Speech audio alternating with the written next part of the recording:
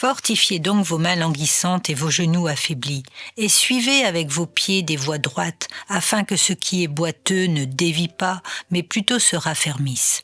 Recherchez la paix avec tous et la sanctification sans laquelle personne ne verra le Seigneur. Hébreux chapitre 12, versets 12 à 14. Votre vie est-elle le chemin de la progression vers la sainteté ?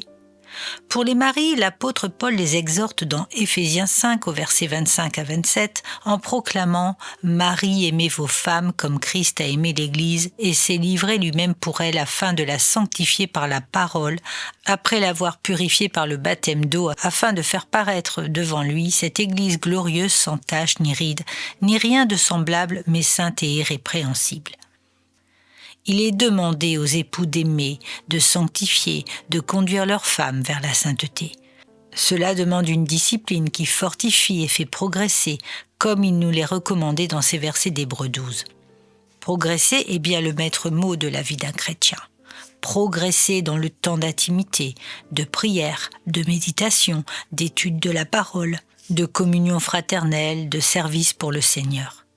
Sans une ferme résolution de progression, nous serons amenés à marcher en dehors des pas de Christ, à rester statiques et vulnérables à la moindre brise émotionnelle, à nous laisser voler notre paix et à être la proie des tentations diaboliques, et surtout à nous priver de la présence de Dieu.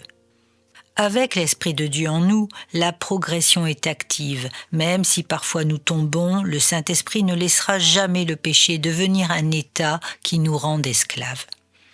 Mais si vous vivez l'opposé, le contraire d'une progression, et que votre foi finit par vous lâcher pour repartir dans vos anciens travers, alors posez-vous la question de la nouvelle naissance.